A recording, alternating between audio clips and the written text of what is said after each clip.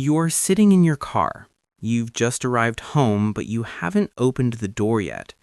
You turn off the ignition, and the hum of the engine vanishes. Suddenly, the silence feels heavy.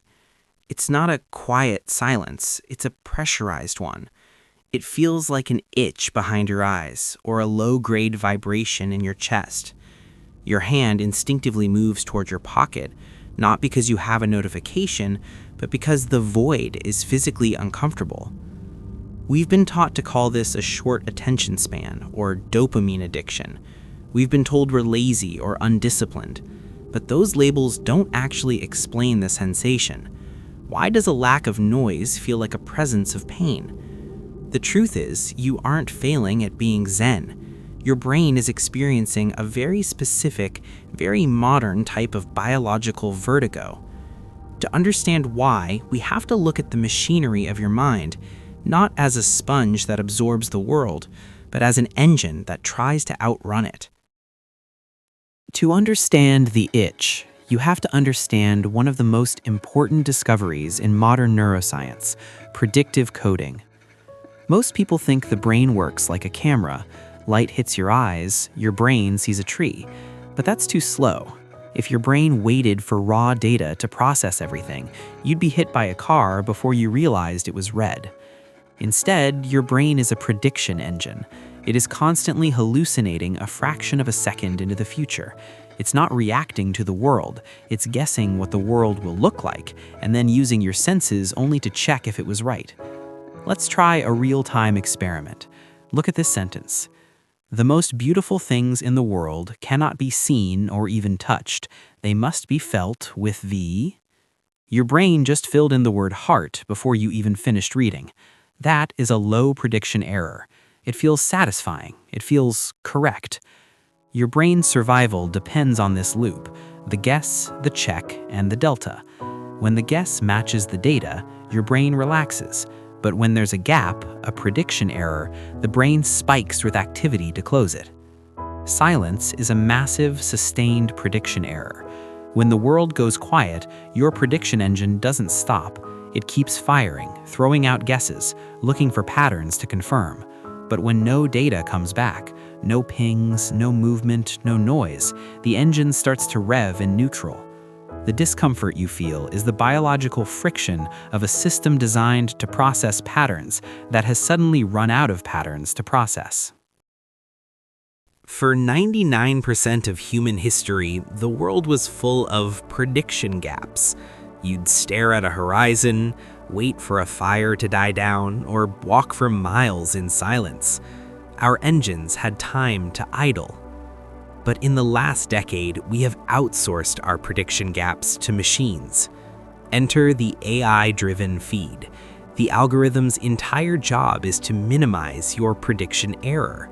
It studies your past to ensure that the next thing you see is exactly what your brain is ready to predict. This creates a state of hyperflow.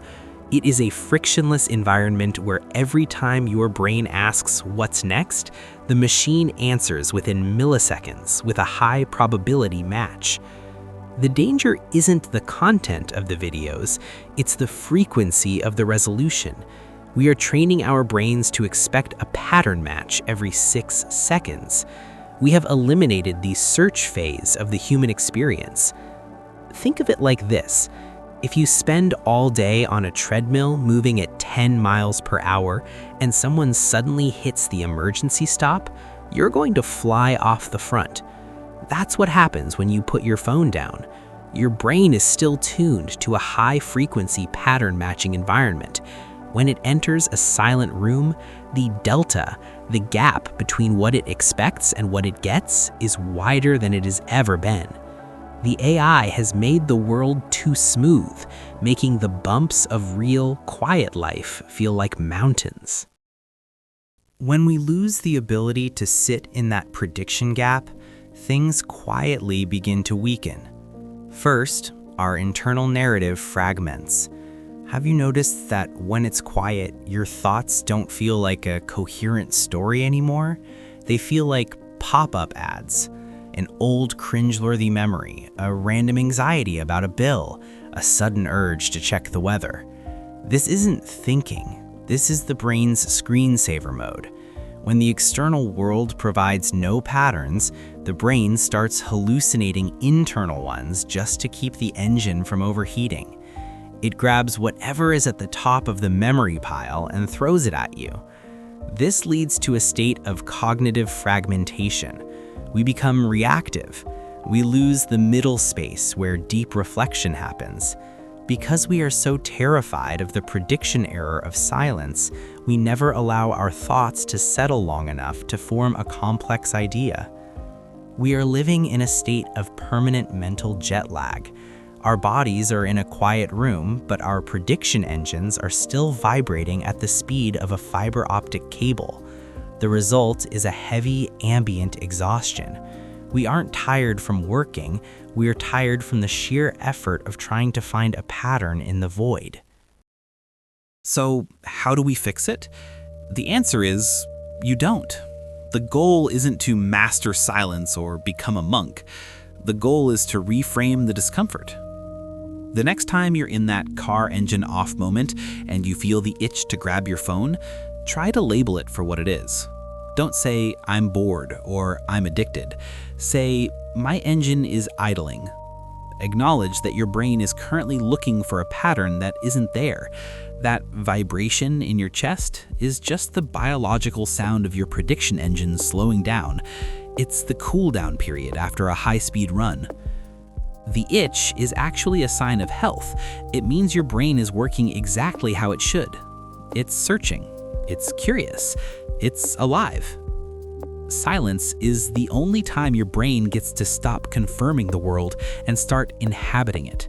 It's the only time the machine isn't being fed a pre-packaged AI-optimized version of reality. The discomfort isn't a wall, it's a doorway. On the other side of that 60-second itch is the version of you that can actually think for yourself. So just for a moment, let the engine idle. Let the prediction fail. You might be surprised by what you find when you stop trying to guess what happens next.